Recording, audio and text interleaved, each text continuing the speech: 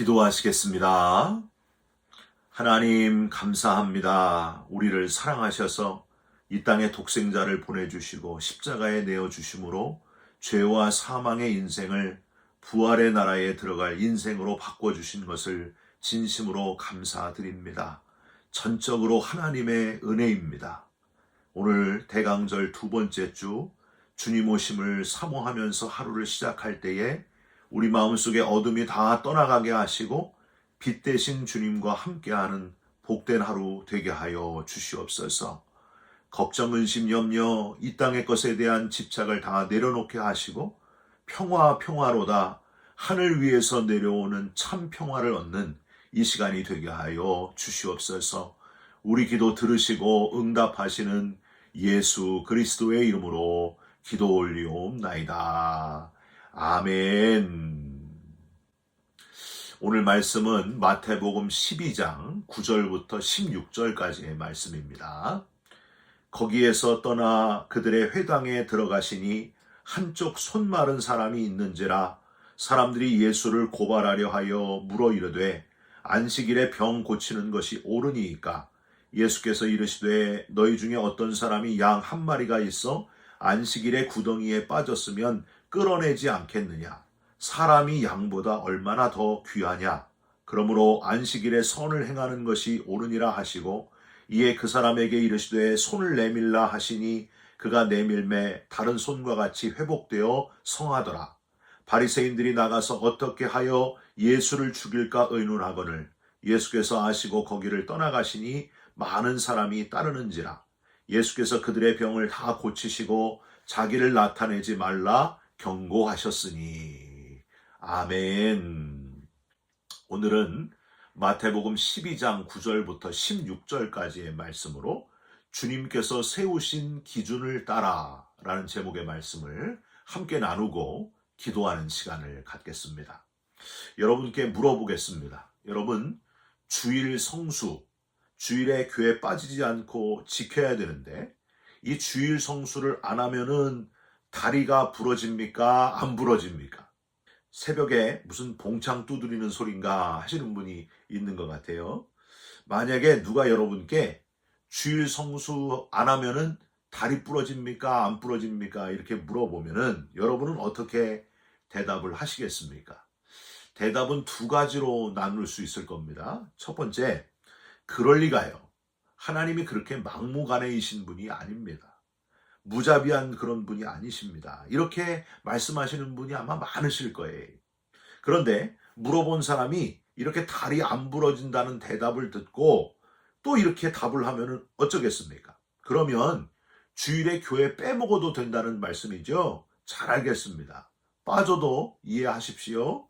분명히 괜찮다고 했습니다. 가끔씩 주일에 교회 오겠습니다. 여러분 이러면 얼마나 당황스럽겠습니까?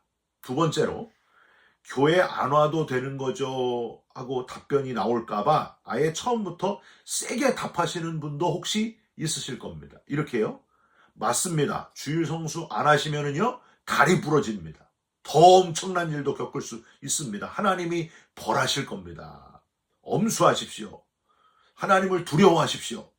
그러면은요 또 답변을 그분이 이렇게 할 거예요. 질문한 분이 아니 그렇게 무정하고 가혹한 하나님을 내가 어떻게 믿겠습니까? 무서워서 못 믿겠습니다. 안녕히 계십시오. 여러분 마음이 어떠십니까? 사실은요 이런 질문을 하는 그 질문자의 속에 있는 마음이 꼬여 있다는 것이 가장 큰 문제입니다.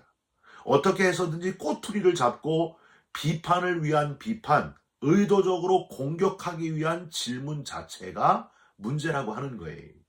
이렇게 일부러 하는 비판을 위한 비판, 의도적으로 공격하기 위한 질문을 하는 분을 만나면은요, 같이 논쟁하고 말다툼하지 마시고, 욱하지 마시고, 잠시 깊이 생각할 시간을 달라고 요청하시고, 지혜롭게 생각하신 후에 지혜롭게 답을 하셨으면 좋겠습니다. 예를 들면 이렇게 답하시면 어떨까요? 주일마다 빠지지 않고 하나님께 집중하여 예배 드리시면 너무 하나님이 큰 은혜를 주십니다. 긍정적으로, 교훈적으로 이렇게 답을 하면 되는 거예요. 또 한 주간을 살아갈 힘을 얻을 수가 있습니다. 주일에 하나님께 빠지지 않고 예배드리시면 좋은 게 너무 많고요. 하나님이 기뻐하십니다. 왜 빠지려고 하십니까? 이렇게 답을 할 수 있다는 거예요. 긍정의 언어로 이렇게 답을 지혜롭게 할 수 있는 저와 여러분이 되시기를 주님의 이름으로 부탁드립니다. 오늘 본문에 나오는 유대 종교 지도자들이 예수님께 던진 질문이 바로 그런 의도적으로 공격하기 위한 질문이었습니다. 주일 성수 안 하면 다리 부러집니까? 하는 질문처럼 안식일에 대한 것을 다루고 있고요. 오늘 본문 10절 끝에 이렇게 질문을 해요. 안식일에 병을 고치는 것이 옳으니까 하고 물어요. 친절하게도 이 마태복음 저자는요, 이 질문 앞에 먼저 이렇게 질문한 의도가 뭔지를 잘 풀어서 정확하게 표현하고 있습니다. 10절 전체를 한번 보세요. 한쪽 손 마른 사람이 있는지라 사람들이 예수를 고발하려 하여 물어 이르되, 유대의 대표 지도자들이 철저히 의도성을 가지고 공격성을 가지고 예수님을 걸고 넘어지려고 했던 공격이었다는 거예요. 그래서 어떻게 답하든지 문제가 되는 질문을 일부러 했다는 겁니다. 이렇게 답해도 저렇게 답해도 걸려들 질문, 그런 걸 했다는 거예요. 예수님은 이 질문에 흔들리지 않으시고 함정에 휘말려 들지 않으시고 그들의 속 의도를 잘 파악하시면서 답을 하십니다. 그냥 답이 아니고 오히려 다른 질문을 포함한 답으로 질문을 던지십니다. 11절 한번 보세요. 예수께서 이르시되 너희 중에 어떤 사람이 양 한 마리가 있어 안식일에 구덩이에 빠졌으면 끌어내지 않겠느냐. 이렇게 의외의 질문이 담긴 그런 질문과 답을 하니까 지도자들이 유구무원이 되고 말았습니다. 입이 있으나 말을 못하게 됐어요. 어이가 없었어요.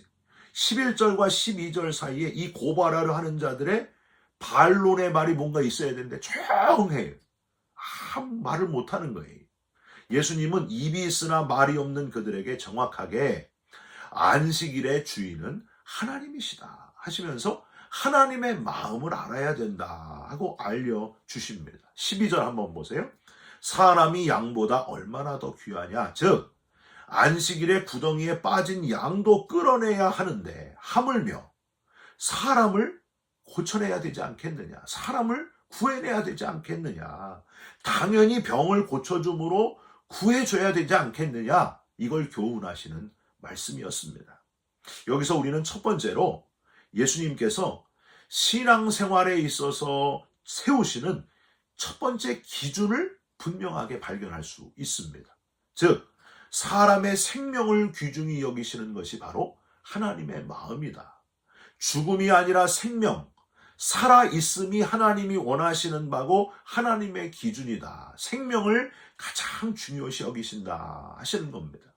마가복음 12장 27절에 하나님은 죽은 자의 하나님이 아니시고 산 자의 하나님이시라 했습니다.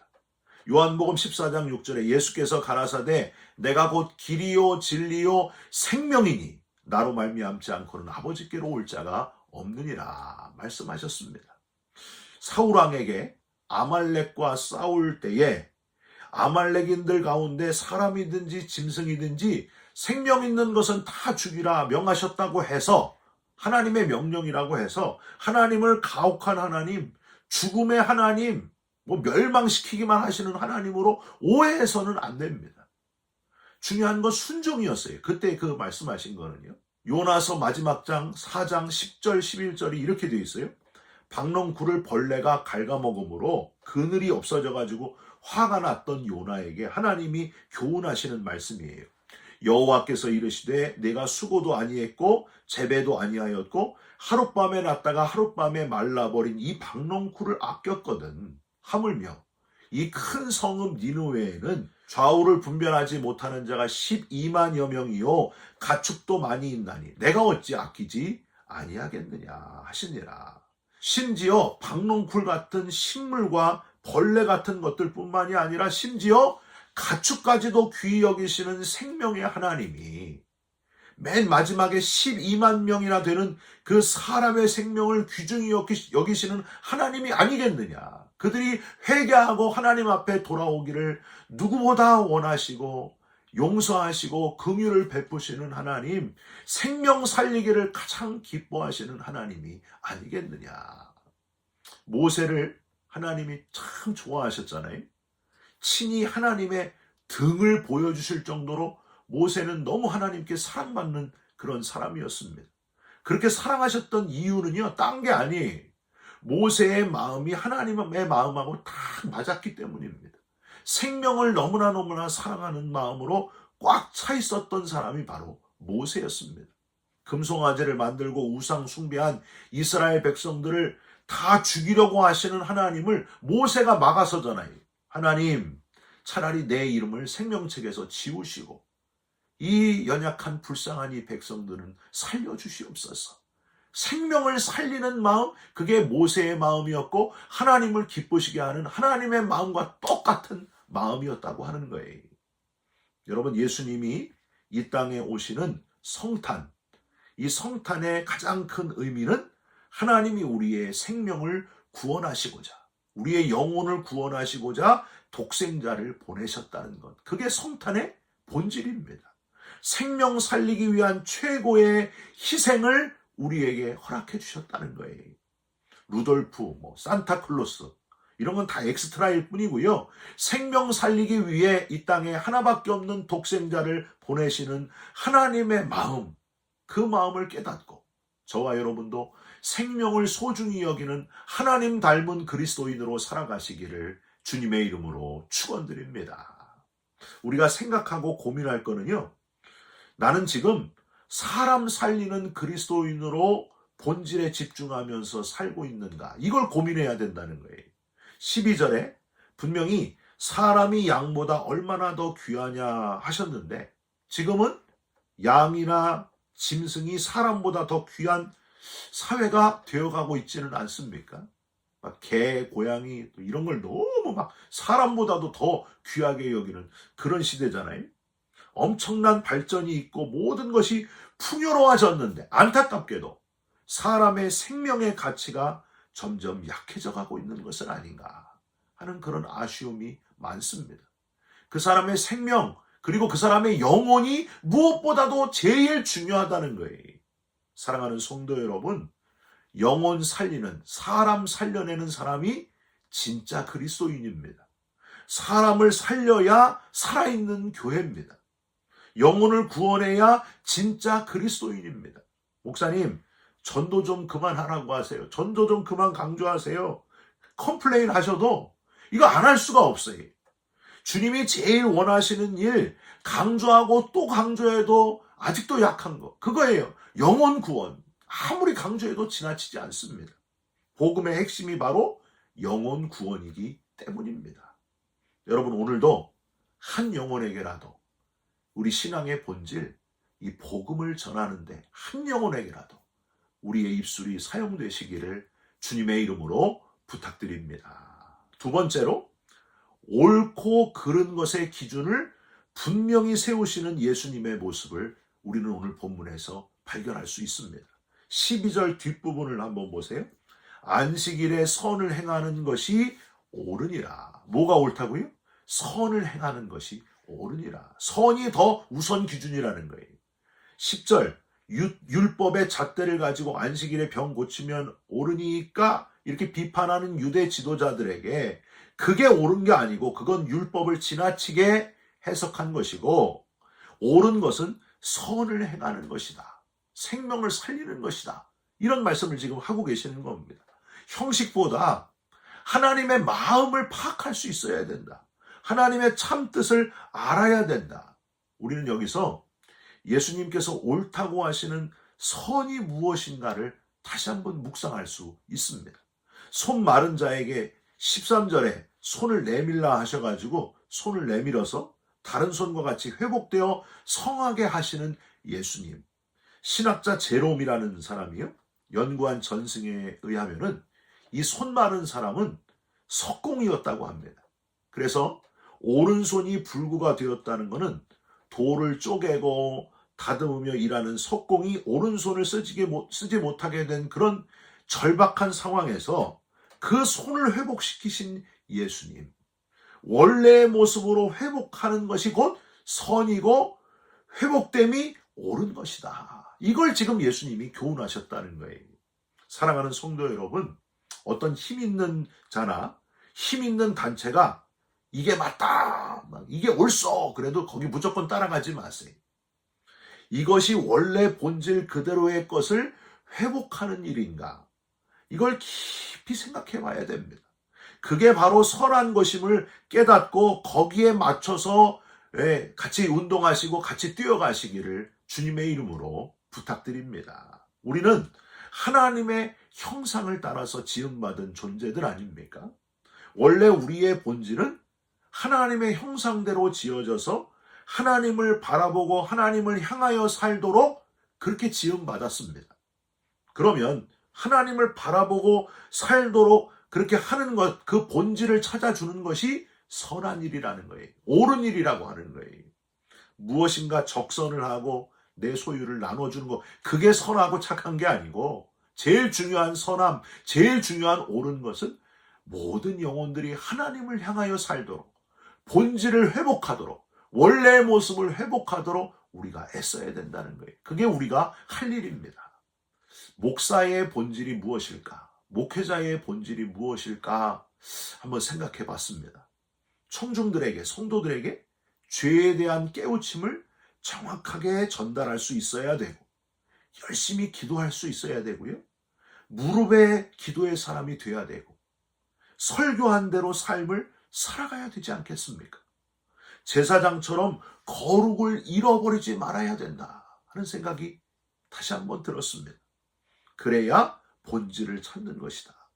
이게 선한 것이구나. 목회자의 선한 것은 이 본질을 놓치지 않는 거구나.